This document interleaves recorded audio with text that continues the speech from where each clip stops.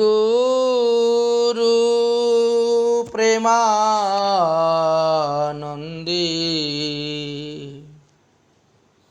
নিতাই গৌর সীতানাথ হরি হরি বল।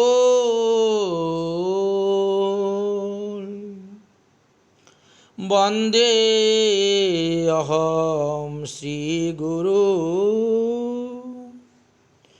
শ্রীযুক্ত পদ কমলং শ্রী গুরুর্ন বৈষ্ণবাংশ্চ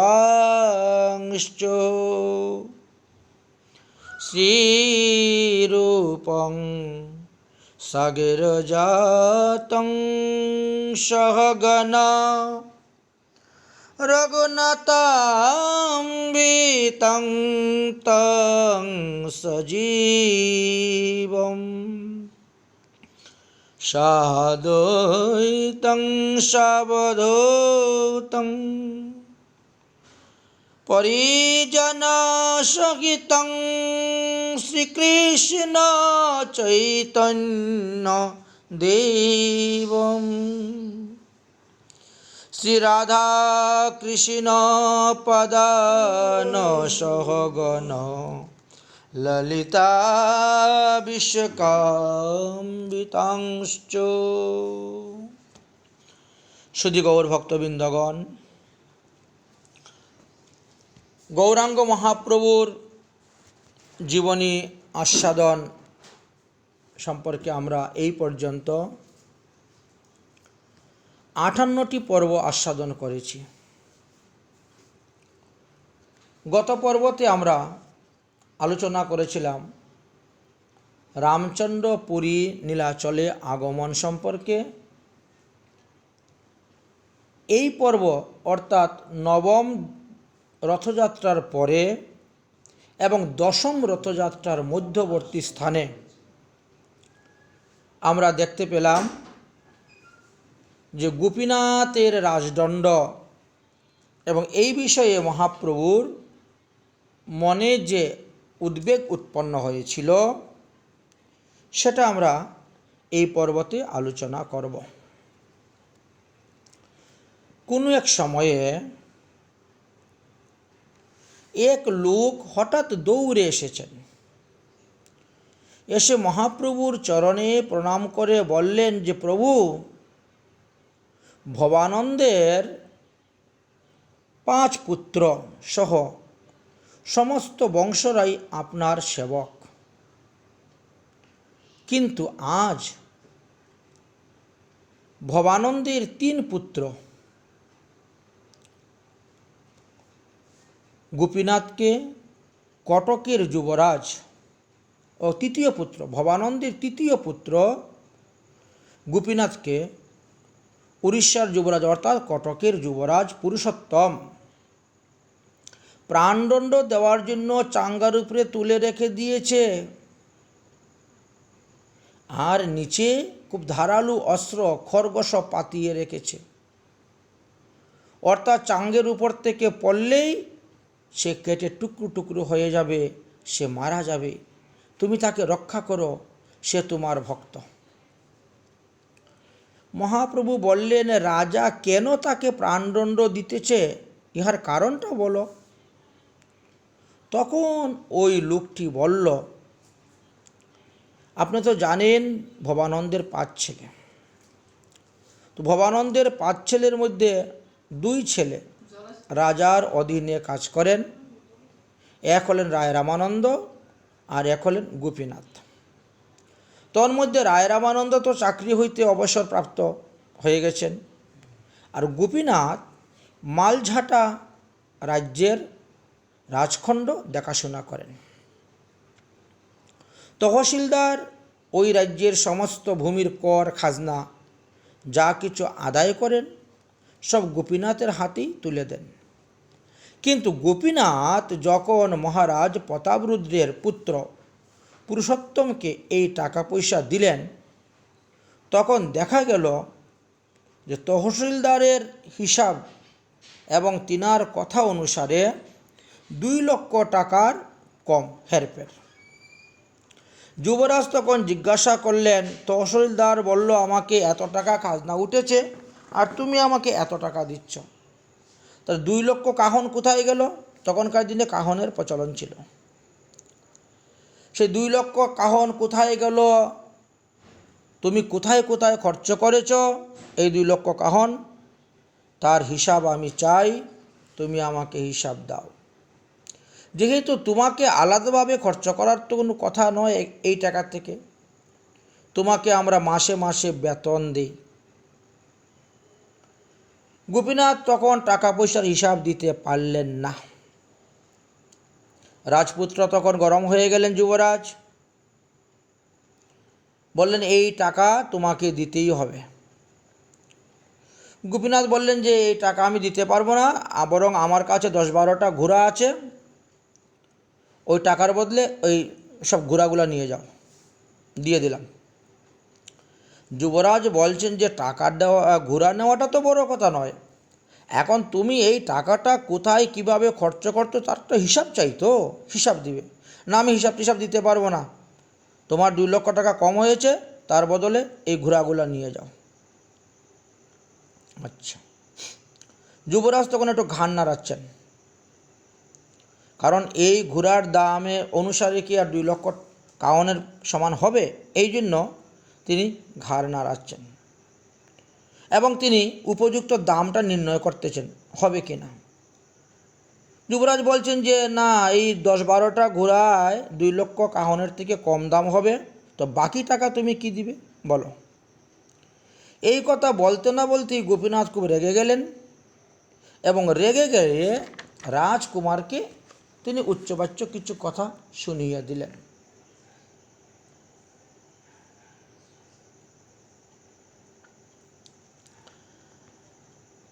যার ফলে সেখানে একটা ঝগড়া সৃষ্টি হয়ে গেল। শেষ পর্যন্ত গোপীনাথ বলেন, ঠিক আছে, ঘোড়ার দামে যদি তোমার 2,00,000 কাহনের সমান না হয়, তাহলে আমি আরও কিছু দ্রব্য দিয়ে দিব, অন্য দ্রব্য দিয়ে দিচ্ছি, সেইগুলো বিক্রি করে তোমার 2,00,000 টাকা পূর্ণ করে নিয়ে নাও। কিন্তু যুবরাজের কাছে সেটা একটা অসম্মানজনক ব্যাপার হয়ে গেল। তাই তিনি সোজা গিয়ে রাজা প্রতাপরুদ্রের নিকটে গোপীনাথের আচরণ সম্পর্কে সম্পূর্ণ বলে নালিশ করে দিলেন। বাবা, গোপীনাথ আমাদের 2,00,000 কাহন চুরি করিয়াছে। আমি হিসাব চেয়েছিলাম বলে সে আমাকে অপমান করেছে, সুতরাং তাকে চাঙ্গায় চড়াইয়ে টাকা আদায় করতে হবে। মহারাজ প্রতাপরুদ্র বললেন, ঠিক আছে, তাই করো। তিনিও আজ্ঞা দিয়ে দিলেন, যার ফলে যুবরাজ তার সৈন্যদেরকে নিয়ে গিয়ে গোপীনাথকে ধরে চাঙ্গার উপর চড়াই দিয়েছে। এই হলো ঘটনা। মহাপ্রভু ওই ব্যক্তির মুখের থেকে সমস্ত কথা শোনার পরে মহাপ্রভু বললেন, রাজা তো ঠিকই করেছে, ঠিক কাম করেছে রাজা। আরে রাজকরি না দিলে রাজা তো দণ্ড দিবেই।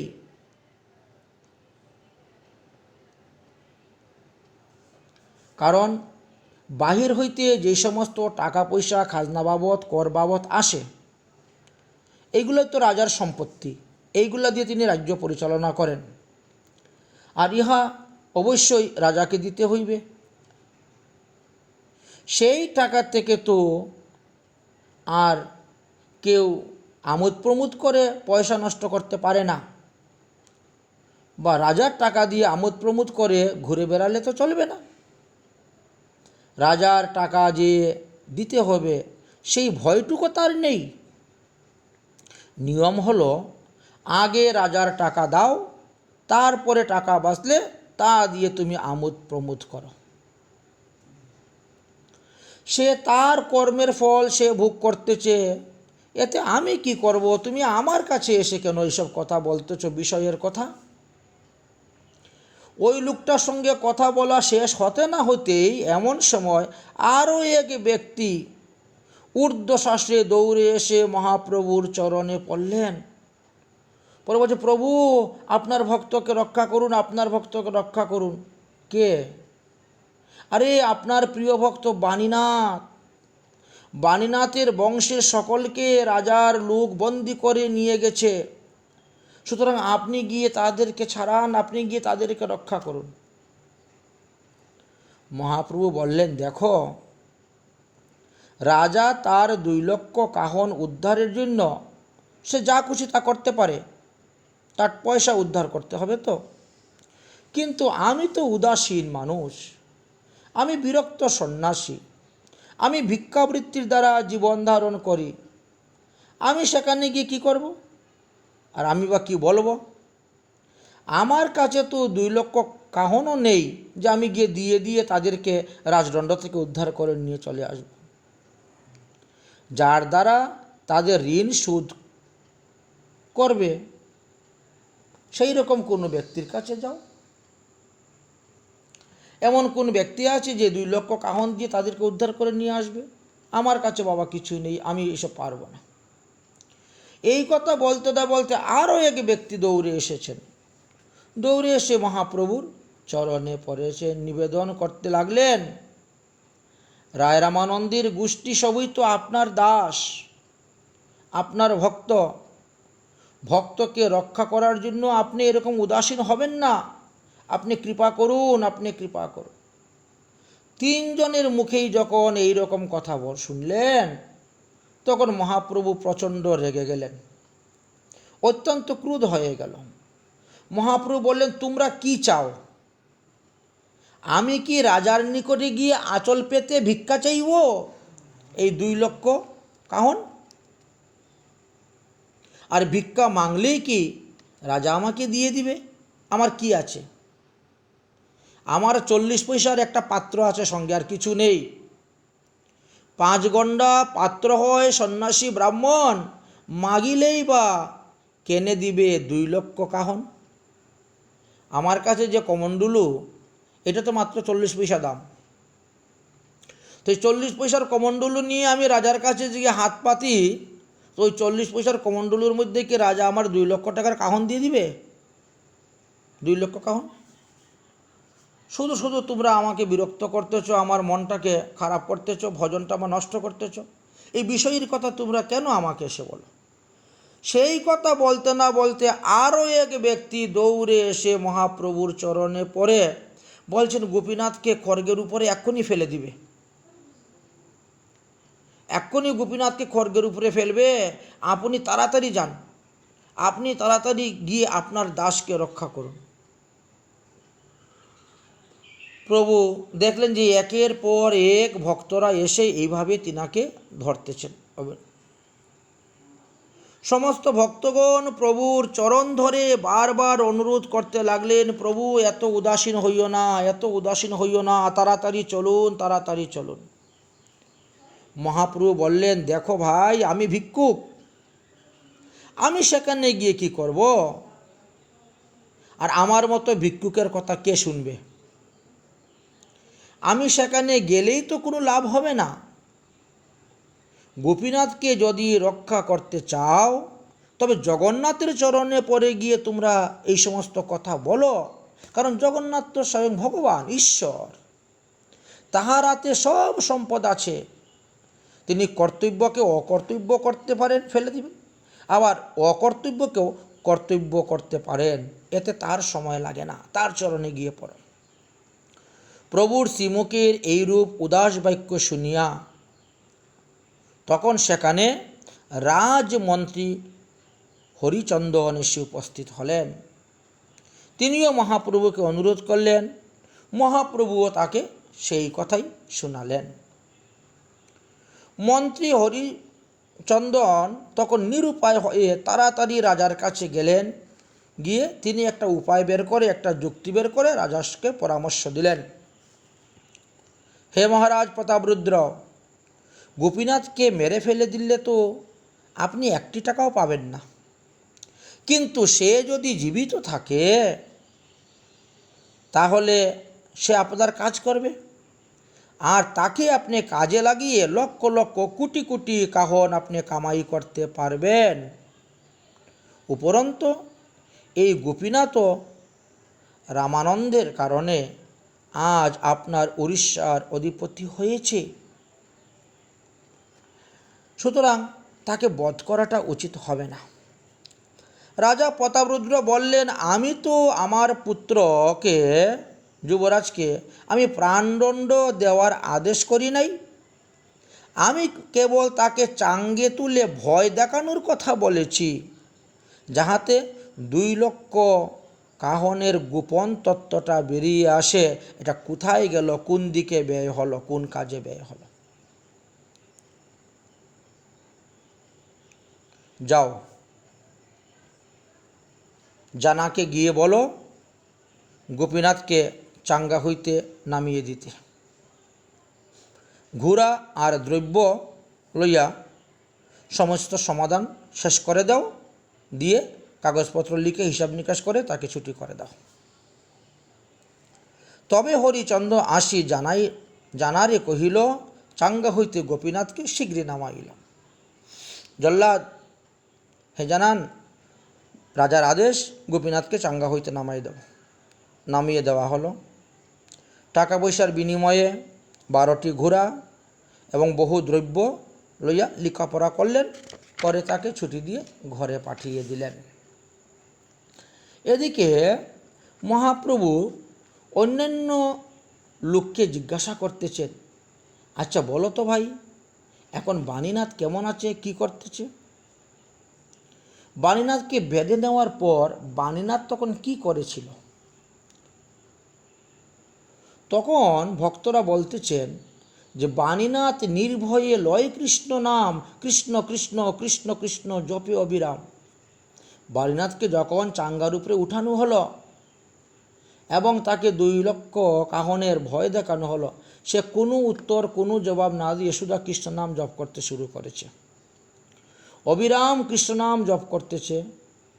সংখ্যা লাগিয়ে 2 হাতের অঙ্গুলিতে রেখা, হাতের আঙ্গুলের দাগগুলোকে সংখ্যারূপে গণনা করে, পর্বগুলোকে সংখ্যারূপে গণনা করে তিনি গণনা করতেছেন। 1 সহস্র, 1000 হরিনাম হলে পরেই গায়ের মধ্যে একটা দাগ দেয়, অঙ্গের মধ্যে একটা দাগ টানেন। এইভাবে তিনি তত সময়ে 2 লক্ষ হরিনাম করলেন। সংখ্যা লাগি 2 হাতে অঙ্গুলিতে লেখা, সহস্রাদি পূর্ণ হইলে অঙ্গে কাটে রেখা। এই কথা শুনে প্রভু অত্যন্ত আনন্দ পেলেন। এমন সময়ে সেখানে কাশী মিশ্র এসে উপস্থিত হইলেন। মহাপ্রভু বললেন, কাশী মিশ্র, তুমি কি কোনো সংবাদ পেয়েছ? আমি তো এই ঘটনা শুনলাম। তিনি বললেন, হ্যাঁ, আমিও শুনেছি। মহাপ্রভু বললেন, কাশীনাথ, হে কাশী মিশ্র, আমি আর এখানে থাকবো না ভাই, আমি এখান থেকে আলালনাথে চলে যাব। এইভাবে নানা প্রকার উপদ্রব আমি শুনতে চাই না, বিষয়ের কথা শুনতে চাই না। এতে আমার মন অসুস্থ হয়ে যায়, আমি ভজনে মন লাগাতে পারি না। কাশীনাথ বললেন, প্রভু, আপনি আলালনাথে যাবেন না, যাতে আপনার কাছে কেউ এইসব বিষয় নিয়ে না আসে, আমি সেই ব্যবস্থা করব। মহাপ্রভু বললেন, তুমি কি ব্যবস্থা করবে? ভবানন্দের গোষ্ঠীর লোক সব কয়টা রাজার বিষয়ে ভোগ করে আর নানাভাবে রাজার অর্থকে তারা ব্যয় করে। রাজা যখন তাদের কাছে হিসাব নিকাশ চায়, অর্থ চাইল, তখন তারা ঠিকমতো হিসাব নিকাশও দিতে পারে না, অর্থ দিতে পারে না। রাজা তাদেরকে বন্দি করে নিয়ে গেল এবং গোপীনাথকে চাঙ্গাতে চড়াইল বধ করিতে। আচ্ছা, এই সমস্ত বিষয়ের কথা ভবানন্দের গোষ্ঠী এসে শুধু আমাকেই বলবে? আমাকে এসে জানায়, আমি গিয়ে তাদেরকে রক্ষা করব। আমি গিয়ে তাদেরকে রক্ষা করব কেমন করে? অথচ তারা আমার পায়ে এসে পড়ে আমি গিয়ে রক্ষা করার। তুমি তো জানো, তুমি তো এত বছর দেখতেছ, ভিক্ষুক সন্ন্যাসী আমি নির্জনবাসী, আমায় দুঃখ দেয় আসি, দুঃখ কহি আসি। আমি ভিক্ষুক সন্ন্যাসী, আমি নির্জনে থাকতে ভালোবাসি। অথচ তাদের দুঃখের কথা এসে আমার কাছে বলে, আমাকে তারা দুঃখ দেয়। আজি তারে জগন্নাথ করিলেন রক্ষণ, কালীকে রাখিবে যদি না দে রাজধন। ঠিক আছে, আজকে না হলে জগন্নাথের কৃপাতে সে রক্ষা পেয়ে গেল, কিন্তু তার যদি স্বভাবের পরিবর্তন না হয়, তাহলে পরবর্তী সময়ে যদি সে আবার এইভাবে ধন চুরি করে, তখন তাকে কে রক্ষা করবে? সে যদি রাজার ধন দিতে না পারে, তখন তাকে কে রক্ষা করবে? বিষয়ের বার্তায় আমার শুনি ক্ষুব্ধ হয় মন, তাতে ইহা না রহি মোর নাহি প্রয়োজন। ওই বিষয়ের বার্তা শুনতে আমার ভালো লাগে না, আর আমি থাকলেই তারা আসবে আমার কাছে এসে বলবে, এই জন্য আমি ভাবছি যে এই স্থান ত্যাগ করে আমি আলালনাথে চলে যাব, আমি আর এখানে থাকব না। কাশী মিশ্র তখন মহাপ্রভুর দুই চরণ ধরিয়ে অনুনয় বিনয় করে বলতে শুরু করলেন, প্রভু, আপনি কেন তাদের কথায় মন খারাপ করবেন? আপনি তো বিরক্ত সন্ন্যাসী, আপনার সঙ্গে তাদের কি সম্পর্ক? না আছে কোনো দেহ সম্পর্ক, না আছে কোনো গ্রাম্য সম্পর্ক। সেই লোক যদি ব্যবহারিক সুখের জন্য, যদি কোনো লোক ব্যবহারিক সুখের জন্য তোমার ভজন করে, তবে তো তারা অন্ধ, জ্ঞান অন্ধ। ভগবানের ভজন ব্যবহারিক সুখের জন্য নয়। আর ভগবানের ভজন করে যদি কেউ ব্যবহারিক সুখ চায়, তাহলে তাকে বলতে হবে সে জ্ঞানন্দ। দেখো, তোমাকে ভজন করার জন্য, তোমাকে পাওয়ার জন্য, তোমার প্রেম ধন লাভ করার জন্য রায় রামানন্দ রাজকার্য ত্যাগ করে দিলেন। তোমার চরণ পাওয়ার জন্য সনাতন গোস্বামী সম্পূর্ণ বিষয় ত্যাগ করে চলে আসলেন।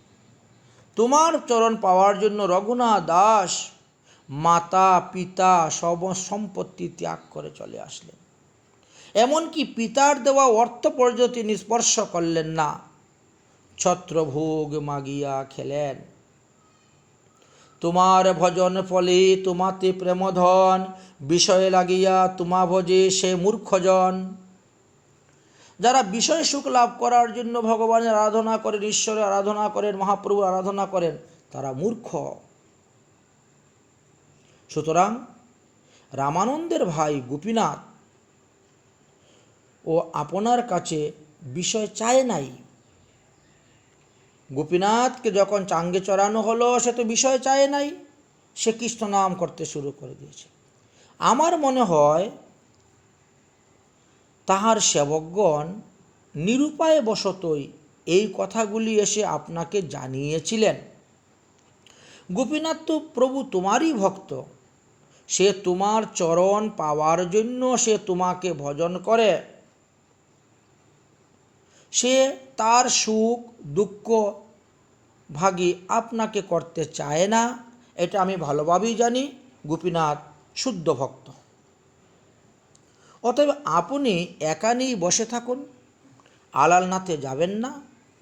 আজ হইতে কেউ আর আপনার নিকটে আসিয়া কেউ বিষয়ের কথা আলোচনা করবে না। আপনি আর কারো মুখে বিষয় শুনতে পারবেন না। আজ যদি গোপীনাথকে আজকে যিনি গোপীনাথকে রক্ষা করিয়াছেন, তিনি অবশ্য কালকেও গোপীনাথকে রক্ষা করিবেন। এই কথা বলে মহাপ্রভুকে প্রণাম করে কাশীনাথ নিজ গৃহে চলে গেলেন। তার পরের দিন মহারাজ প্রতাপরুদ্র হঠাৎ করে জগন্নাথ দর্শন করতে লোকজন হাতিঘোড়া নিয়ে এসে উপস্থিত হয়েছেন। জগন্নাথ দর্শন করলেন। তারপর তিনি কাশীনাথের সঙ্গে কাশী মিশ্রের সঙ্গে দেখা করার জন্য গেলেন। কারণ রাজা কাশী মিশ্রকে অত্যন্ত সম্মান দিতেন, অত্যন্ত শ্রদ্ধা করিতেন, এমনকি গুরুদেবের মতন দেখতেন, গুরুদেবের মতন সেবা করতেন। তো কাশীনাথের গৃহে গিয়ে উপস্থিত হয়েছেন রাজা। কাশীনাথ ভালো মন্দ রান্নাবান্না করলেন, করে মধ্যাহ্নকালে ভোজন হল। ভোজনের পরে কাশীনাথ যখন বিশ্রাম করলেন, তখন রাজা প্রতাপরুদ্র গিয়ে কাশীনাথের চরণ সম্ভাষণ করতেছেন, পা টিপতে শুরু করেছেন। সেই সময়ে কাশীনাথ সুযোগ বুঝে কাশী মিশ্র তখন রাজাকে বললেন, হে প্রতাপরুদ্র, শোনো, আরও এক অপূর্ব বাত, মহাপ্রভু ক্ষেত্রচারী যাবে আলালনাথ। তখন কাশী মিশ্র বলছেন, দেখো, এইসব উৎপাতের কারণে মহাপ্রভুরা ভালো লাগতেছে না, তিনি তো এখন এই জায়গা ছেড়ে আলালনাথে চলে যাবেন। শুনি রাজা দুঃখী হইয়া পুছিল কারণ, তবে মিশ্র কহেন তারে সব বিবরণ। এ কি, মহাপ্রভু কেন নীলাচল ত্যাগ করে আলালনাথে চলে যাবেন? তার কারণ কি? তখন কাশী মিশ্র বললেন যে, তুমি যে এইভাবে মহাপ্রভুর প্রিয় ভক্ত গোপীনাথকে, বাণীনাথকে এইভাবে কষ্ট দিলে, এত কিছু করলে, এই ফলে মনে হয় মহাপ্রভুর দুঃখ হয়েছে, তাই তিনি আলালনাথে চলে যাবেন। গতকালকে যখন তোমার লোক গোপীনাথ পট্টনায়ককে ধরে নিয়ে গেল, তাকে চাঙ্গার উপরে তুলল, তাকে বধ করতে চাইল, তখন তার আত্মীয় স্বজন ইষ্টিকুটুম্বরা মহাপ্রভুর কাছে এসেছিল এবং মহাপ্রভুর চরণে আকুতি মিনতি করে বলতে লাগলো তাদেরকে রক্ষা করার জন্য। তখন মহাপ্রভুর মন অত্যন্ত দুঃখিত হইল এবং ক্রোধে গোপীনাথকে বহুতর ভৎসনাও তিনি করলেন। তিনি বললেন যে, জিতেন্দ্রিয় হইয়া রাজার বিষয় ভোগ করো। অজিতেন্দ্রিয় অবস্থায় রাজার ভোগ করবে, টাকা পয়সা হিসাব দিতে পারবে না, তো এরকমই হবে। তাকে খুব কড়া শাসন করলেন। সৎপথে থাকো, অর্থ সৎপথে ব্যয় করো। তুমি বেতন পাওয়া সত্ত্বেও রাজার ধন চুরি করিয়াছ কেন? তুমি মহাপাপী। রাজা তো তাহার প্রাপ্য অর্থ চাইয়াছে। রাজা তো ধার্মিক, সে ধার্মিক রাজা, তোমার মতন মহাপাপী নয়। এমন রাজা পাওয়া বড় মুশকিল। এখন রাজার টাকা দিতে পারছ না বলেই তারা তোমাকে ডেকেছে। তাহলে তোমাদের মতন অসৎ সঙ্গে দুষ্ট সঙ্গ করা আমার প্রয়োজন নেই, আমি আলালনাথে চলে যাব। মহাপ্রভু এইভাবে তাদেরকে বললেন। আলালনাথ যাই তাহা নিশ্চিন্তে রহিম, বিষয়ীর ভালো মন্দ বার্তা না শুনিম। মহাপ্রভু এই কথাই জানালেন যে, আমি আলালনাথে গেলে তো বিষয়ীর কথা শুনতে পাবো না, বিষয়ীর বার্তা শুনতে পাবো না, অতএব আমি আলালনাথ। এই কথা শোনার পরে প্রতাপরুদ্র মনে বড় দুঃখ পেলেন। তিনি বললেন যে, না না না না, আপনি যেভাবে হোক মহাপ্রভুকে এখানে রাখেন, আলালনাথে যেতে দিবেন না।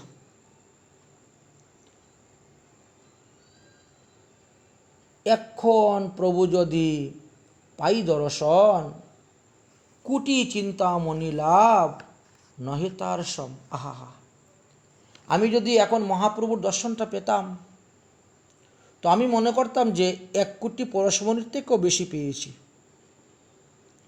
কারণ এই পরশমণি তো আমাকে লৌকিক সুখ দিবে, কিন্তু মহাপ্রভুর শ্রীচরণ দর্শনটা 1 কোটি পরশমণি হইতেও শ্রেয়। অতএব তিনাকে আলালনাথে যেতে দিবেন না। কোন ছাড় পদার্থ 2 লক্ষ কাহন, প্রাণ রাজ্য করু প্রভু পদতলে নিমজন। প্রভু যদি এখানে থাকেন, আমি 2 লক্ষ কাহনের অপরাধের তাদেরকে ক্ষমা করে দিব। আমার কাছে কিছুই নেই 2 লক্ষ কাহন, এগুলা ছাই সমতুল্য আমার কাছে। কিন্তু প্রভুর পাদপদ্ম আমি এখান থেকে অন্যত্র যেতে দিব না। যদি প্রভু এখানে থাকেন, তাহলে আমি এক্ষুনি গোপীনাথকে ডেকে আনব, তার সমস্ত অপরাধ ক্ষমা করে দিব, এমনকি আমি তাকে ওই দেশের রাজা করে দিব। যে দেশের করভার গ্রহণের দায়িত্ব তাকে দিয়েছিলাম, তাকে সেই দেশের রাজা করে আমি দিব। তার ঘোড়াগুলাকে আমি ফেরত দিয়ে দিব, তার সমস্ত দ্রব্য আমি ফেরত দিয়ে দিব। তথাপিও মহাপ্রভু যেন এই স্থান ত্যাগ করে না যান। কাশী মিশ্র বললেন, তুমি না হয় টাকা পয়সাটা তাকে ফেরত দিয়েই দিলে। তুমি না হয় টাকা পয়সা সব দাবি ছেড়ে দিয়ে দিলে, কিন্তু গোপীনাথকে যে তুমি চাঙ্গার মধ্যে চড়ালে প্রাণদণ্ড দেওয়ার জন্য, সেই দুঃখ সে তো কখনো বুঝবে না। রাজা কহিলেন, শুনেন, ভবানন্দ রায় আমার পূজ্য ব্যক্তি। তাহার পুত্রগণের উপর আমার যথেষ্ট স্নেহ, মমতা, ভালোবাসা আছে। তাদেরকে তো মিছামিছি এই চাঙ্গায় তোলা হয় নাই, আর তুলেছিল আমার যুবরাজ তাদেরকে ভয় দেখানোর জন্য, যাতে আসল তত্ত্বটা বেরিয়ে আসে, এই 2 লক্ষ কাহন কোথায় গেল। আচ্ছা ঠিক আছে, ওসব সব ঠিক হয়ে যাবে, ওটার জন্য আপনি চিন্তা করবেন না। আপনি শুধু মহাপ্রভুকে এখান থেকে অন্যত্র যেতে দিবেন না, বাকি সব আমি করব। এই বলে রাজা প্রতাপরুদ্র কাশী মিশ্রকে দণ্ডবত প্রণাম করে তেনার নিজ রাজধানীতে চলে গেলেন, প্রবেশ করলেন। অতঃপর রাজা যুবরাজ পুরুষোত্তমকে আজ্ঞা দিলেন, যাও, ভবানন্দের পুত্র গোপীনাথকে আমার কাছে ডেকে নিয়ে এসো। রাজপুত্র পুরুষোত্তম গিয়ে উপস্থিত হলেন, তাকে সসম্মানে ডেকে নিয়ে আসলেন। প্রতাপরুদ্র বললেন, তোমাকে 2 লক্ষ কাহনের দায়ী থেকে আমি মুক্ত করে দিলাম, আর মালঝাট্য রাজ্য আমি তোমাকে দিয়ে দিলাম। আজ হইতে তুমি সেই দেশের রাজা হবে।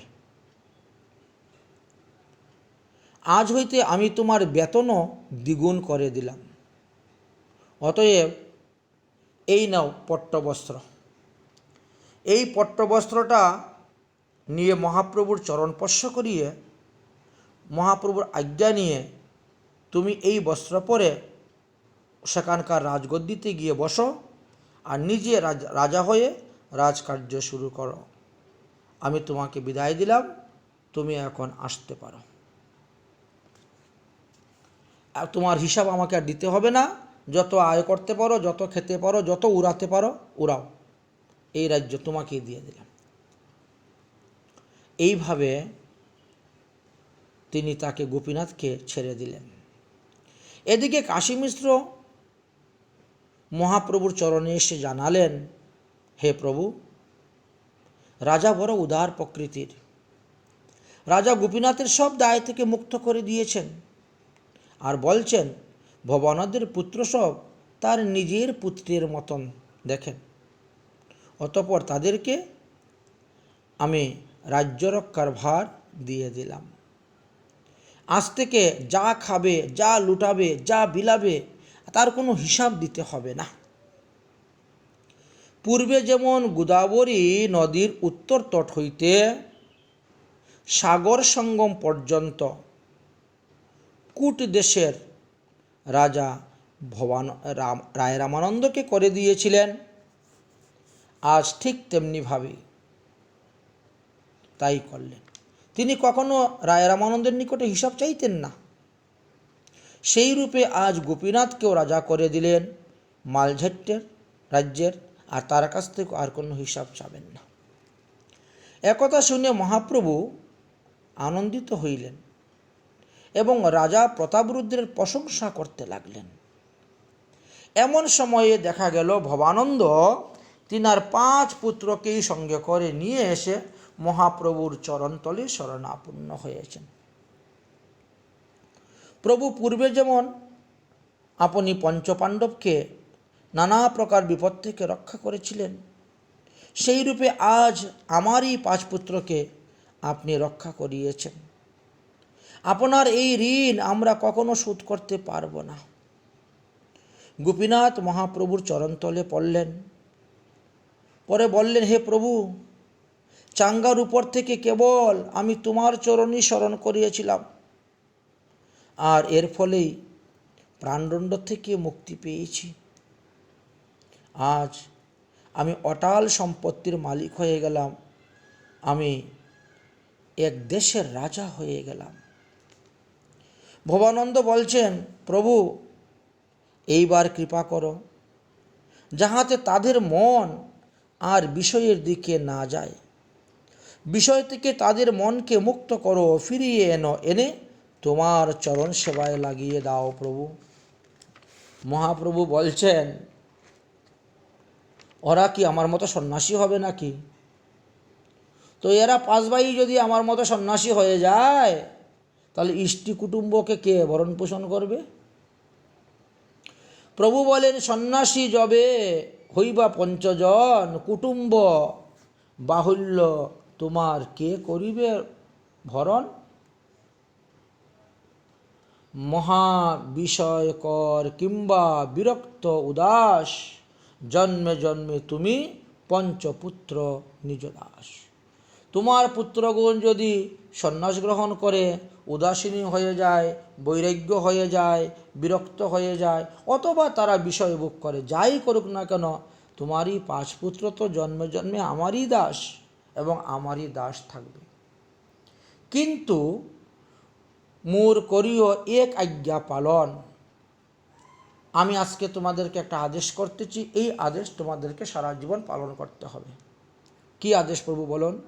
ব্যয় না করিবে কিছু রাজার মূলধন। রাজার যে মূলধন সেটা রাজাকে দিবে, সেখানে থেকে কোনো টাকা পয়সা নেবে না, ব্যবহার করবে না। রাজার মূলধন দিয়া যে কিছু লাভ হবে, সেই ধন করিও নানা ধর্মকর্মে ব্যয়। রাজার মূলধন দেওয়ার পরে যত টাকা বাঁচবে, সেই টাকা ধর্মকর্মে ব্যয় করবে, অধর্মতে ব্যয় করবে না। অসৎ ব্যয় না করিও, যাতে 2 কুল যায়, এত বলি সবারে দিলেন বিদায়। টাকা পয়সা লক্ষ্মী সমতুল্য, সুতরাং লক্ষ্মী নারায়ণের সেবা করেন।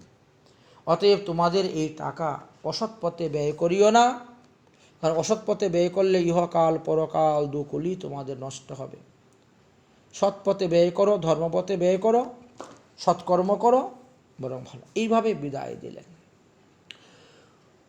প্রভুর কৃপা দেখি সর্বভক্তগণ তখন হরিধ্বনি করিতে লাগিলেন এবং প্রভুকে প্রণাম করিয়া সকলে নিজ নিজ গৃহে চলে গেলেন।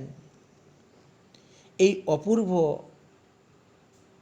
লীলাকথা আমরা জানতে পারলাম শ্রী চৈতন্য চরিতামৃতর অন্তলীলার 9ম পরিচ্ছেদের 140 নং পয়ার হইতে। তারপরে 10ম বৎসরের রথযাত্রা উৎসবের সময় এসে উপস্থিত হয়ে গেল। গৌরমণ্ডল হইতে সমস্ত ভক্তগণ আসতে শুরু হলেন। এদিকে 10ম রথযাত্রা উপলক্ষে সমস্ত নদিয়াবাসী এবং গৌর মণ্ডলের ভক্তগণ সবাই নীলাচলে আসতে প্রস্তুত হলেন। সেই অনুরাগে নিত্যানন্দ প্রভুও আসার জন্য প্রস্তুত হলেন। যদিও মহাপ্রভু নিত্যানন্দ প্রভুকে নিষেধ করেছিলেন যে তোমাকে আর নীলাচলে আসতে হবে না, তুমি গৌরমণ্ডলের থেকেই এই নাম প্রেম প্রচার করো, আসার দরকার নেই। তুমি যখন নৃত্য করবে তখন আমিও তোমার সম্মুখে উপস্থিত হব এবং আমি তোমার সঙ্গে নৃত্য করব, তুমি আমাকে দেখতে পাবে। আমি প্রতিদিন 4 জায়গাতে উদয় হব, 4 জায়গায় 4 জন লোক আমাকে দেখতে পাবে। তাহলে শ্রীবাস ভবনে, শচীর রন্ধনে, নিত্যানন্দের নর্তনে আর রাঘবের ভবনে। তো শ্রীবাস অঙ্গনে, রাঘব ভবনে, নিত্যানন্দের নর্তনে আর শচীর রন্ধনে, এই 4 জায়গাতে। অতএব তোমাকে এখানে আসতে হবে না। কিন্তু তথাপিও তিনি মহাপ্রভুর আজ্ঞা লঙ্ঘন করিয়া নীলাচলে তিনি আসলেন। বিধিমার্গ অনুসারে প্রভুর আজ্ঞা লঙ্ঘন করা তো খুবই অপরাধজনক বা মহাপ্রভু অসন্তুষ্ট হন। কিন্তু রাগমার্গে দেখা গেল সেই আজ্ঞা যদি প্রেমের কারণে কেউ ভঙ্গ করে, তবে প্রভুর কোটিগুণ সুখ হয়, কোটিগুণ আনন্দ হয়। বিধিমার্গ আর রাগমার্গ দুটার মধ্যে এরকম অনেক পার্থক্য দেখা যায়। অনুরাগের লক্ষণ এই বিধি নাহি মানে, তার আজ্ঞা ভাঙ্গে তার সঙ্গেরও কারণে। অনুরাগ এমন একটি বস্তু, সেখানে বিধি নিষেধ মানে না। মহাপ্রভু সঙ্গ পাব, মহাপ্রভুকে দর্শন করব, মহাপ্রভুর সেবা করব, এই আনন্দেতে তিনি আজ্ঞা ভঙ্গ করে আসলেন। আমরা দেখতে পাই রাসলীলাতে সেই রকম হয়েছিল। রাসে জয়ছে ঘরে যাইতে গুপিরে আজ্ঞা দিলা, তার আজ্ঞা ভাঙ্গি তারা সঙ্গে যে রহিলা। ভগবান কৃষ্ণচন্দ্র বললেন, হে গোপীগণ, তোমরা কেন বনের মধ্যে এসেছ এই পূর্ণিমা রাত্রে? বনের মধ্যে অনেক হিংস্র জন্তুর ভয় আছে, তোমরা ঘরে ফিরে যাও। ভগবান শ্রীকৃষ্ণ বারবার বলা সত্ত্বেও গোপীরা কিন্তু শ্রীকৃষ্ণের আজ্ঞাকে ভঙ্গ করে তারা সেখানে রয়েই গেলেন, দাঁড়িয়ে গেলেন। আজ্ঞা পালনে কৃষ্ণের জয়ছে পরিতোষ, প্রেমে আজ্ঞা ভঙ্গ কইলে কোটি গুণ সুখ। আজ্ঞা পালনের দ্বারা ইনি যতটা সন্তুষ্ট হন, কিন্তু প্রেমের এমনই পর্যায়, প্রেম ভক্তি লাভের জন্য তারা আজ্ঞা ভঙ্গ করে রয়ে গেলেন, এতে শ্রীকৃষ্ণের কোটি গুণ সুখ হয়েছিল।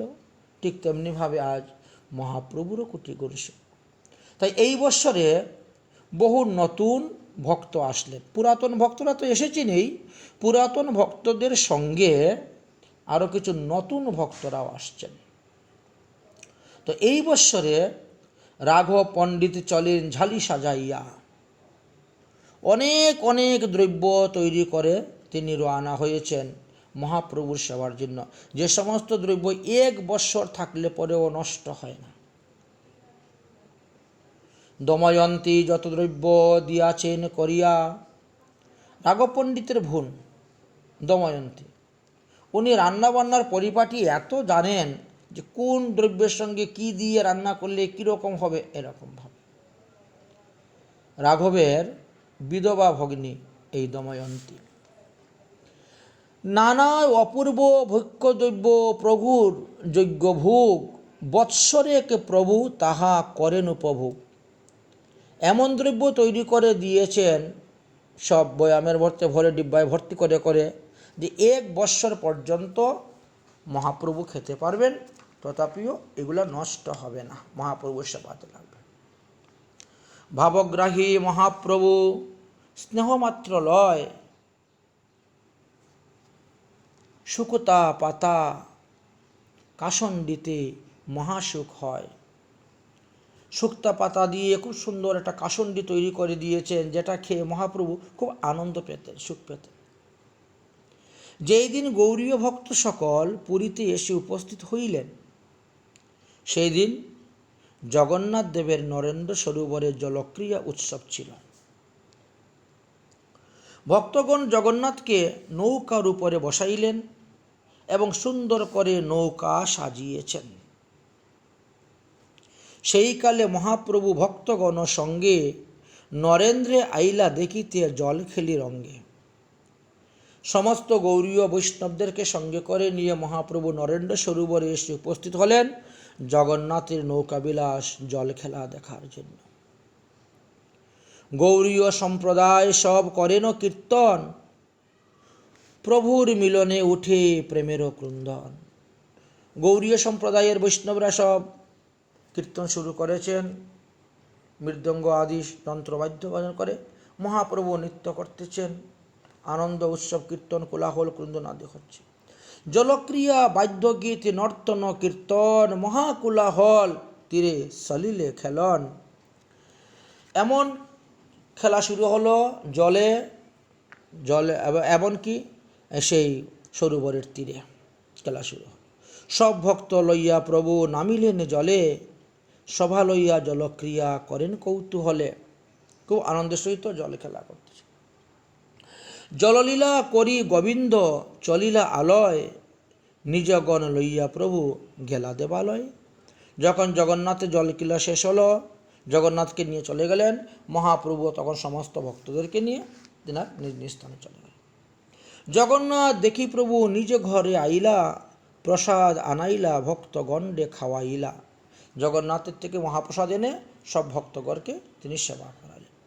এদিকে রাঘব পণ্ডিত সমস্ত ঝালি গোবিন্দের হাতে অর্পণ করলেন। গোবিন্দ পূর্ব বৎসরের ঝালিগুলো ডিব্বা যেভাবে সাজিয়ে রেখেছেন বয়ামগুলা, সেইগুলা বের করে করে দেখাচ্ছেন, দেখেন গত বৎসরেরটা এখনও রয়েছে, এখনও শেষ হয় নাই। আচ্ছা ঠিক আছে, ওটা বের করে দাও আর এখন নতুনটা এর মধ্যে ভরে রাখো। সেই ডিব্বা থেকে পুরানোগুলো বের করে জল দিয়ে ভালো করে ধুয়ে আবার নতুন ঝালিগুলো সেই ডিব্বায় ডিব্বায় সব সুন্দর করে সাজিয়ে রাখতেছেন। পুরাতনগুলি ভোজন গৃহের এক পাশে রেখে দিলেন।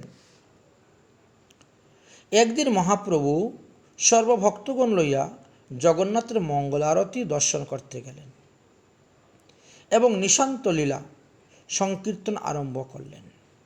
তারপরে 7 সম্প্রদায়ে বিভক্ত হয়ে মন্দিরের চতুর্দিকে নৃত্য গীত করে পরিক্রমা করতে শুরু করলেন।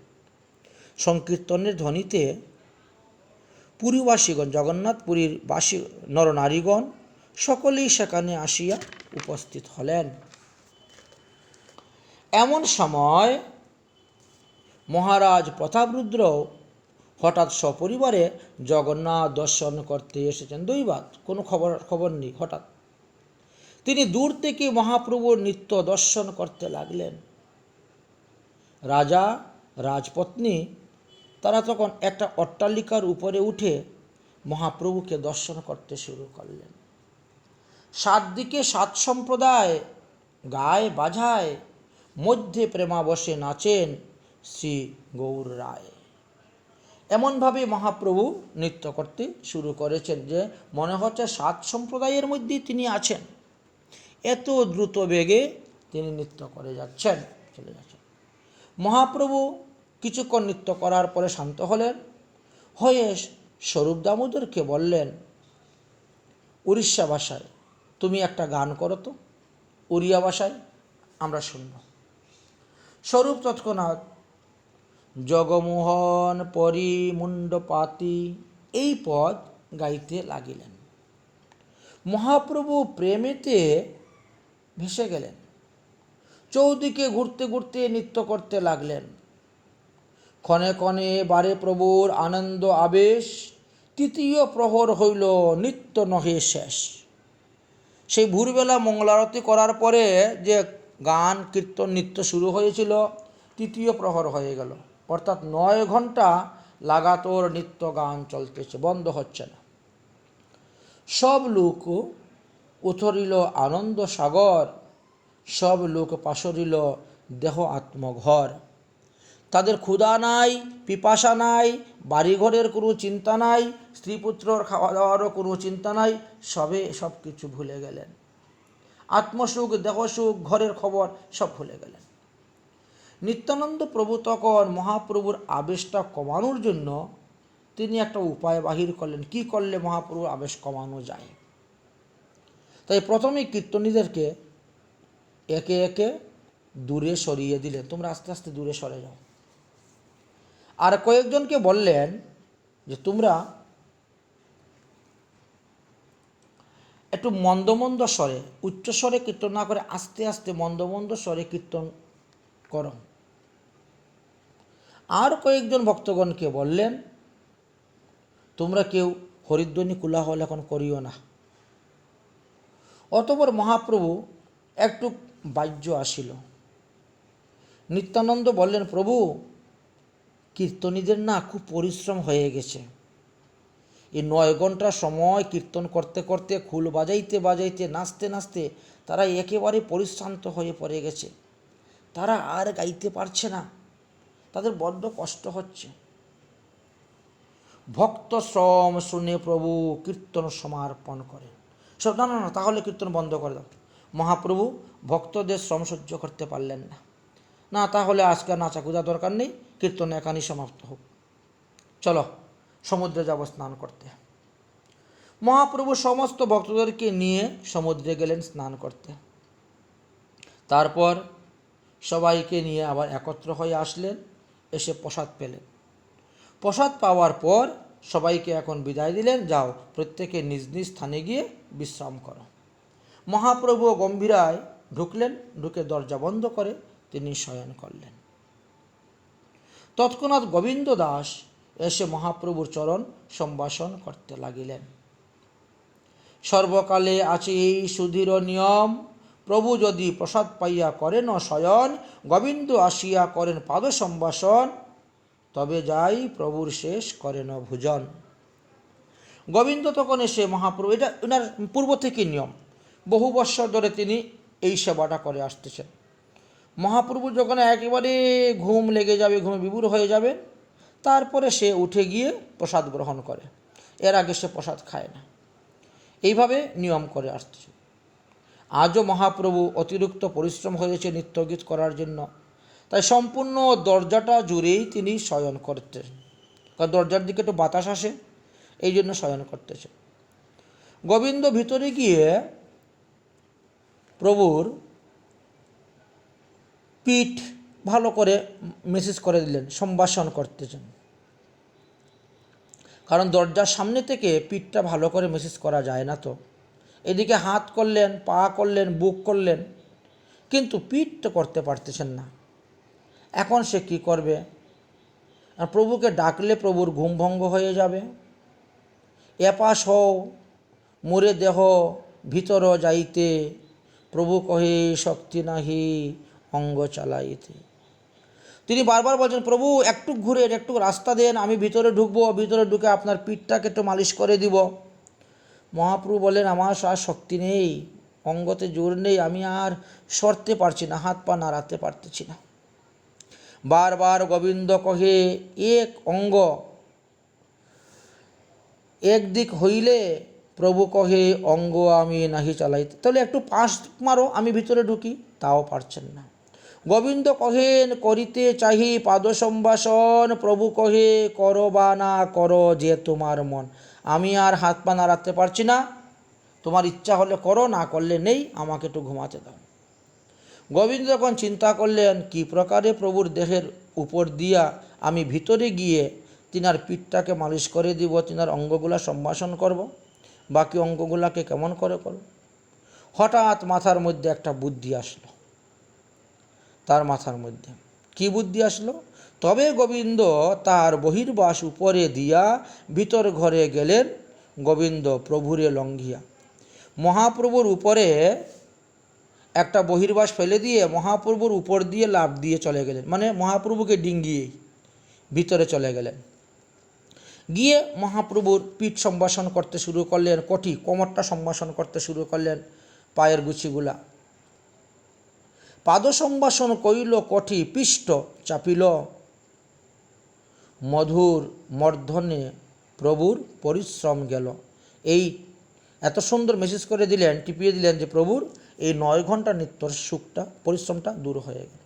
সুখে নিদ্রা হইল প্রভু, গোবিন্দ চাপে অঙ্গ দণ্ড, 2 বই প্রভু কইলা নিদ্রা ভঙ্গ।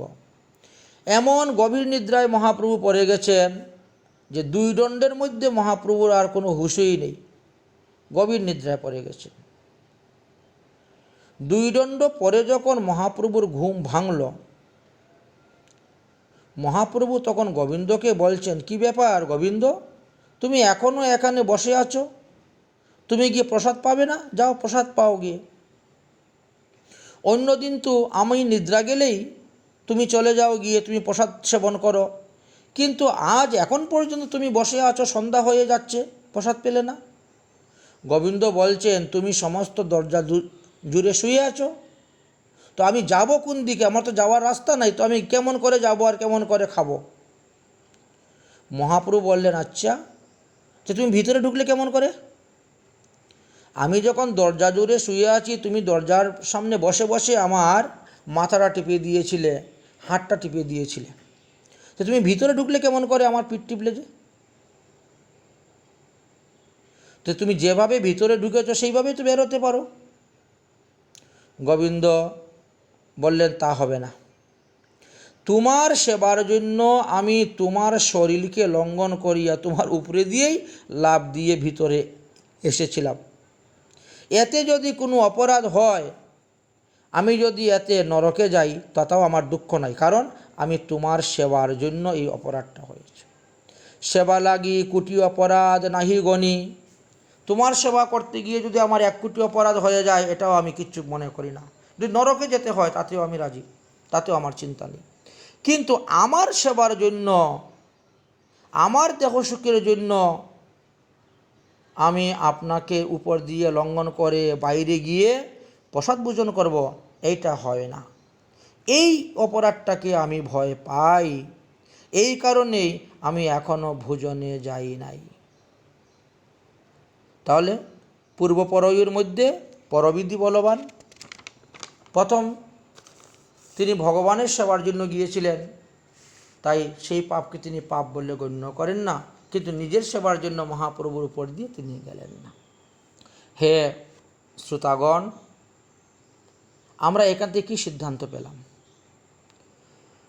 গোবিন্দের কথাগুলো একটু ভালো করে লক্ষ্য করুন। যাইতেই পথ নাহি যাইব কেমনে, মহা অপরাধ হয় প্রভু লঙ্ঘনে। এইসব হয় ভক্তি শাস্ত্র সূক্ষ্ম মর্ম, চৈতন্য কৃপাতে জানে এইসব ধর্ম। তাহলে এত সূক্ষ্ম সিদ্ধান্ত দিলেন, প্রভুর সেবার জন্য লঙ্ঘিয়ে গেলে সেখানে অপরাধ হচ্ছে না, কিন্তু নিজের সেবার জন্য আসলে অপরাধ হয়ে যাচ্ছে। ভক্তি তত্ত্বের এমনই ভক্তিশাস্ত্রের সূক্ষ্ম সিদ্ধান্ত এখানে শিক্ষা দিলেন। তাই কর্মীগণ ভক্তিশাস্ত্রের সূক্ষ্ম মর্ম তারা বুঝতে পারে না, যদিও তারা কর্ম অনুষ্ঠান করে, কিন্তু কর্ম অনুষ্ঠান মাত্রকেই ভক্তির ন্যায় জ্ঞান করেন, কিন্তু যাহাতে ভগবৎ সেবার সাধিত নয়, তাহাতে নাম ভক্তি এবং সুখ আসে না। যাহাতে নিজের ধর্ম অর্থ কাম মোক্ষ প্রবৃত্তি প্রকৃত ফলাফল লাভের আশা বাঞ্ছা নিয়ে তারা নানাবিধ কর্ম করেন, তাহা প্রকৃত সহজিয়া কর্মগণ। পরিশ্রম করেও তারা যথার্থ ফল লাভ করতে পারে না। আমরা দেখেছি সৈক্য বাৎসল্য মধুরভাবে যারা মর্যাদা বুঝিতে না পারিয়া শ্রীচৈতন্যর কৃপা লাভ করতে চান, তারা সেখানে বঞ্চিতই হয়ে থাকেন। অতঃপর মহাপ্রভু সর্বভক্ত সঙ্গে তিনি গুন্ডিচা মার্জন করতে গেলেন। নরেন্দ্র সরোবরে তিনি স্নান করলেন, আইটুটাতে প্রসাদ গ্রহণ করলেন। তারপরে পূর্ববৎ যেভাবে রথযাত্রা হয় সেইভাবে দশম রথযাত্রা করলেন। দশম রথযাত্রা পূর্ণ হলো, তারপরে হেরা পঞ্চমী আসলো, হেরা পঞ্চমী দর্শন করলেন, জন্মাষ্টমী ইত্যাদি উৎসব পালন করলেন। এখন সব ভক্তগণ ইচ্ছা কিছু না কিছু দ্রব্য মহাপ্রভুকে খাওয়াবেন। তারা মহাপ্রভুকে দ্রব্য খাওয়ানোর জন্য প্রস্তুত হচ্ছেন। তাই যে যাহা পারে, যে যাহা এনেছিল প্রভুর সেবার জন্য, সব গোবিন্দের হাতে তারা দিয়েছিলেন। তারা বললেন, এটা প্রভুকে দাও, ওটা প্রভুকে দাও, ওটা অবশ্যই যেন প্রভু গ্রহণ করেন। এইভাবে সবাই দিয়েছিল, গোবিন্দও যত্ন করে রেখেছেন। কেহ পেরা, কেহ নাড়ু, কেহ পিঠাপানা, বহুমূল্য প্রসাদ নানা প্রকার আসতে শুরু হলো। গোবিন্দ সকলের উপটৌকনগুলো নিয়ে বললেন, দেখেন প্রভু এইটা অমুকে দিয়েছে, এটা সেবা করুন, এইটা অমুকে দিয়েছে, এইটা সেবা করুন। মহাপ্রভু বলিলেন, এখন আর পাবো না, পেট ভরে গেছে, রেখে দাও, প্রতিদিন অল্প অল্প করে ধীরে ধীরে পাবো।